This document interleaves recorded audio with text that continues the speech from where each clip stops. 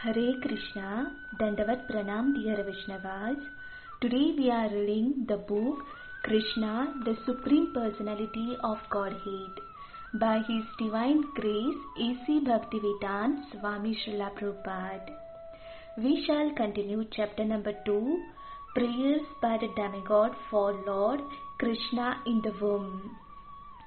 It is clearly stated in the Bhagavad-Gitā that to realize Brahman identification is not all. Brahman identification may help one become joyful without material attachment or detachment and to achieve the platform of equanimity. But after this stage, one has to take to devotional service.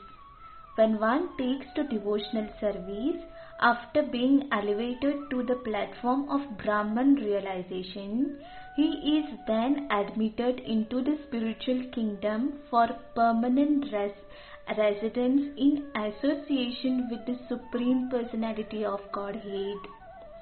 That is the result of devotional service. Those who are devotees of the Supreme Personality of Godhead never fall down like the impersonalist. Even if the devotees fall down, they remain affectionately attached to their Lord. They can meet all kinds of obstacles on the path of devotional service, and freely, without any fear, they can surmount such obstacles. Because of their surrender, they are certain that Kṛṣṇa will always protect them. As it is promised by Kṛṣṇa in the Bhagavad-Gitā, my devotees are never vanquished.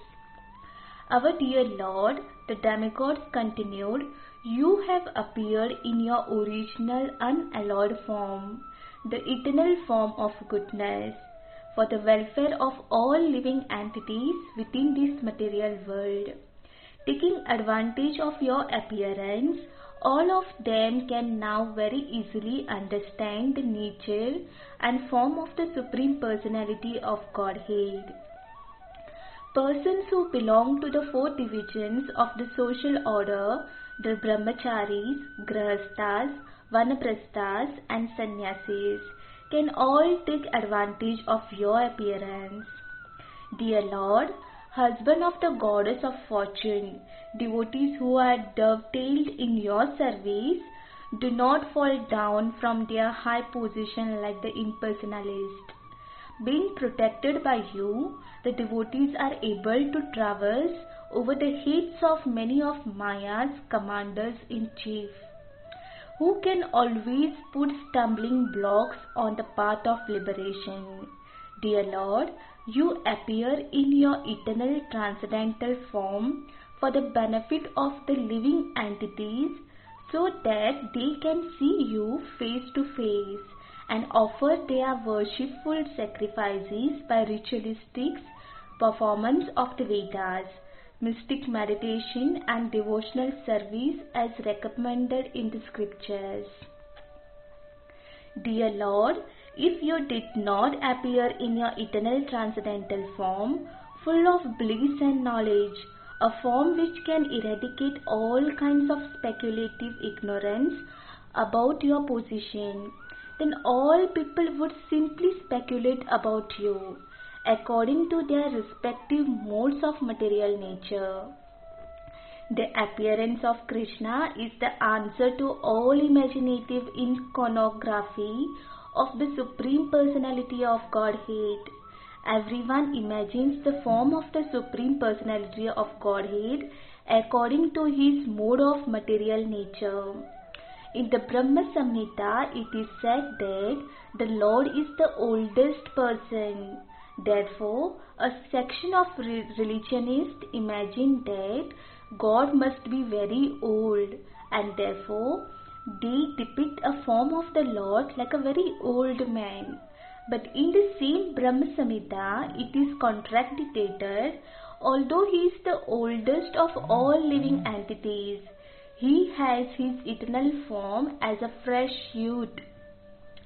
The exact words used in the connection in Srimad Bhagavatam are Vijnanam Ajnana Bhedapamara Janam, which means transcendental knowledge of the Supreme Personality of Godhead. Vijnanam is also experienced knowledge. Transcendental knowledge has to be accepted by the descending process of disciplic succession.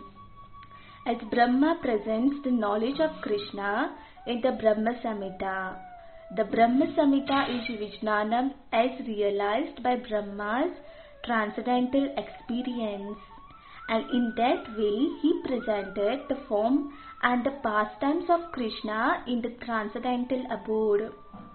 This knowledge is Ajnana, Bhedapamara Janam, that which can smash all kinds of speculation in ignorance. People are imagining the form of the Lord. Sometimes he has no form and sometimes he has form, according to their different imaginations. But the presentation of Kṛṣṇa in the Brahma Samhita is Vijnanam, scientific experienced knowledge given by Lord Brahma and accepted by Chaitanya Mahaprabhu. There is no doubt about it. Kṛṣṇa's form, Kṛṣṇa's fluid, Kṛṣṇa's color, everything is reality. Here it is said that this Vijnanam is always defeating all kinds of speculative knowledge. Therefore, without your appearing as Kṛṣṇa, as you are, neither Ajnana, Bhedaparampara Janam, destruction of the nescience of speculative knowledge, nor Vijnanam would be realized. In other words, your appearance will vanquish the ignorance of speculative knowledge and establish the real experienced knowledge of authorities like Lord Brahma. Men influenced by the three modes of material nature imagine their own God according to the modes of material nature. In this way, God is presented in various ways. But your appearance will establish what the real form of God is. The highest blunder committed by the impersonalist is to think that when the incarnation of God comes, he accepts the form of matter in the mode of goodness. Actually, the form of Kṛṣṇa or Narayana is transcendental to any material idea. Even the greatest impersonalist, Shankaracharya, has admitted Narayana Paro Vyaktat. The material creation is caused by the Avyakta, impersonal manifestation of matter, or the non-phenomenal total reservoir of matter. But Kṛṣṇa is transcendental to that material conception. That is expressed in Srimad Bhagavatam as Sudha Sattva, or transcendental goodness. He does not belong to the material mode of goodness, and he is above the position of material goodness. He belongs to the transcendental eternal status of bliss and knowledge. Dear Lord, when you appear in your different incarnations, you take different names and forms according to different situations. Lord Kṛṣṇa is your name because you are all attractive. You are called Shama Sundara. Because of your transcendental beauty, Shama means blackish. Yet it is said that you are more beautiful than thousands of cupids. Kandarpa Koti Kamaniya. Although you appear in a color which is compared to the blackish cloud, because you are the transcendental absolute, your beauty is many times more attractive than the delicate body of the cupid. Sometimes you are called Giridhari because you lifted the hill known as Govardhana. You are sometimes called Nandanandana or Vasudeva or Devaki Nandana because you appear as the son of Maharaja Nanda or Vasudeva or Devaki. Impersonalists think that your many names or forms are given according to a particular type of work and quality because they accept you from the position of a material observer.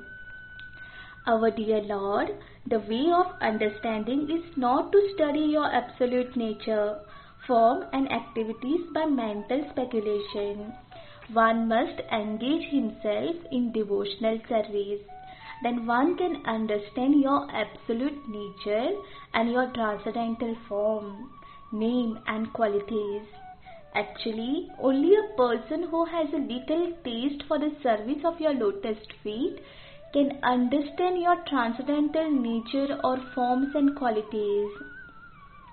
Others may go on speculating for millions and years, but it is not possible for them to understand even a single part of your actual position. In other words, the Supreme Personality of Godhead, Kṛṣṇa, cannot be understood by the non-devotees because there is a curtain of Yogamaya which covers Krishna's actual features. As confirmed in the Bhagavad-Gitā, Naham Praksha Sarvasya, the Lord says, I am not exposed to anyone and everyone.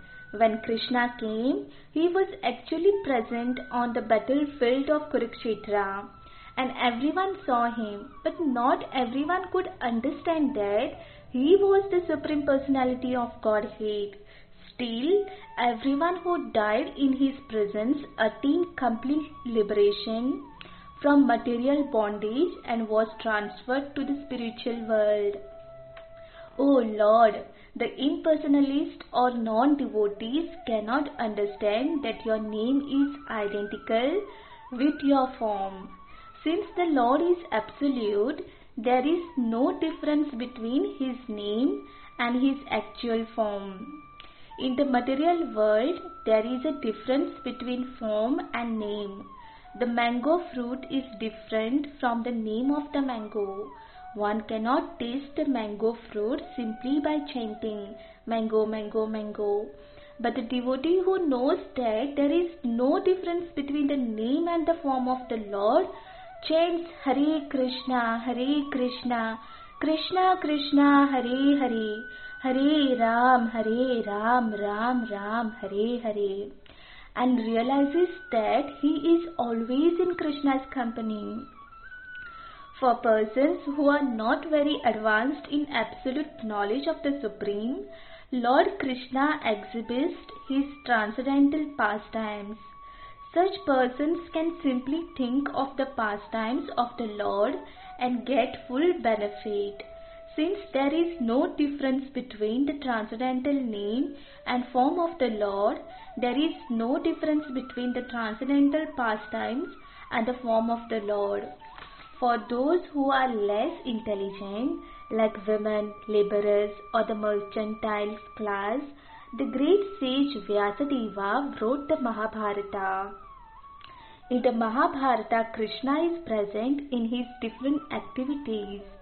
The Mahabharata is history, and simply by studying, hearing and memorizing the transcendental activities of Kṛṣṇa, the less intelligent can also gradually rise to the standard of pure devotees. The pure devotees who are always absorbed in the thought of the transcendental lotus feet of Kṛṣṇa and who are always engaged in devotional service in full Kṛṣṇa consciousness are never to be considered to be in the material world. Śrila Rupa Goswami has explained that those who are always engaged in Kṛṣṇa consciousness with body, mind and activities are to be considered liberated even within this body. This is confirmed in the Bhagavad-Gitā. Those who are engaged in the devotional service of the Lord have already transcended the material position. Kṛṣṇa appears in order to give a chance to both the devotees and the non-devotees for realization of the ultimate goal of life. The devotees get a direct chance to see him and worship him. Those who are not on that platform get the chance to become acquainted with his activities and thus become elevated to the same position. Our dear Lord, O Supreme Controller, when you appear on earth, all the demons like Kṛṣṇa and Jarasandha will be vanquished, and all good fortune will be ushered into the world. When you walk on the globe, your lotus feet will impress on the ground and marks of your souls, such as the flag, the trident, and the thunderbolt. Thus, you will grace both the earth and us on the heavenly planets, who shall see those marks.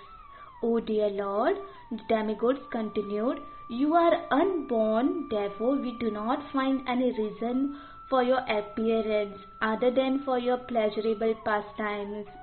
Although the reason for the appearance of the Lord is stated in the Bhagavad-Gitā, He descends just to give protection to the devotees and vanquish the non-devotees.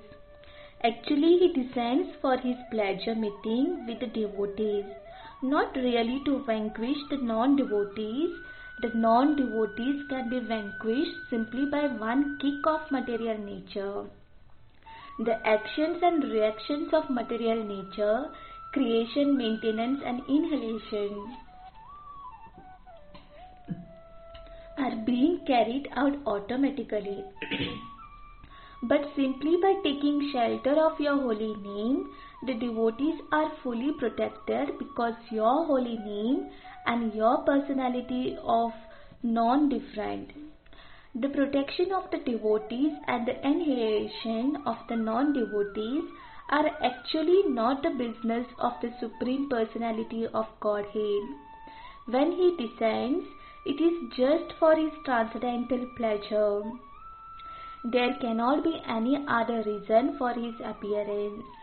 Our dear Lord, you are appearing as the best of the Yadu dynasty, and we are offering our respectful, humble obeisances unto your lotus feet.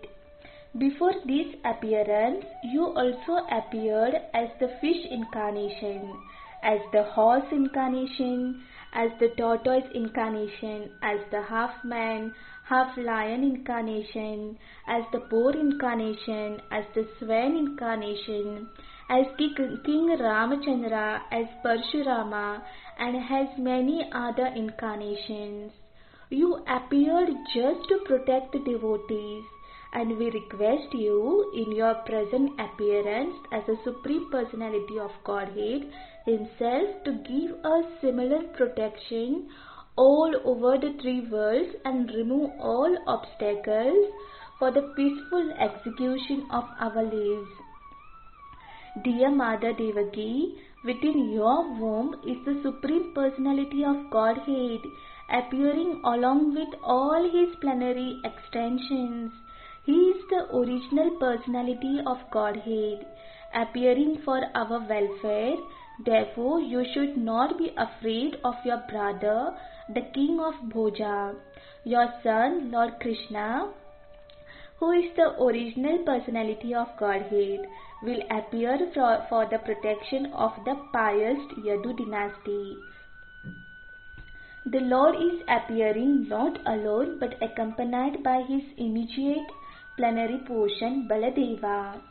Devaki was very much afraid of her brother Kṛṣṇa because he had already killed so many of her children. So he was very anxious about Kṛṣṇa. In the Vishnu Purana, it is stated that in order to pacify Devaki, all the demigods along with their wives used to visit her, encourage her not to be afraid that her son would be killed by Kṛṣṇa. Kṛṣṇa, who was within her womb, was to appear not only to diminish the burden of the world, but specifically to protect the interest of the Yadu dynasty, and certainly to protect Devaki and Vasudeva. It is understood that Kṛṣṇa had been transferred from the mind of Vasudeva to the mind of Devaki, and from there to her womb. Thus all the demigods worshipped Devaki, the mother of Kṛṣṇa. After thus worshipping the transcendental form of the Lord, all the demigods with Lord Brahma and Lord Shiva placed in front, departed for their heavenly abodes. Thus ends the Bhaktivedanta purport of the second chapter of Kṛṣṇa, prayers by the demigods of Lord Kṛṣṇa in the womb. Hare Krishna, Śrila Prabhupāda ki Jai.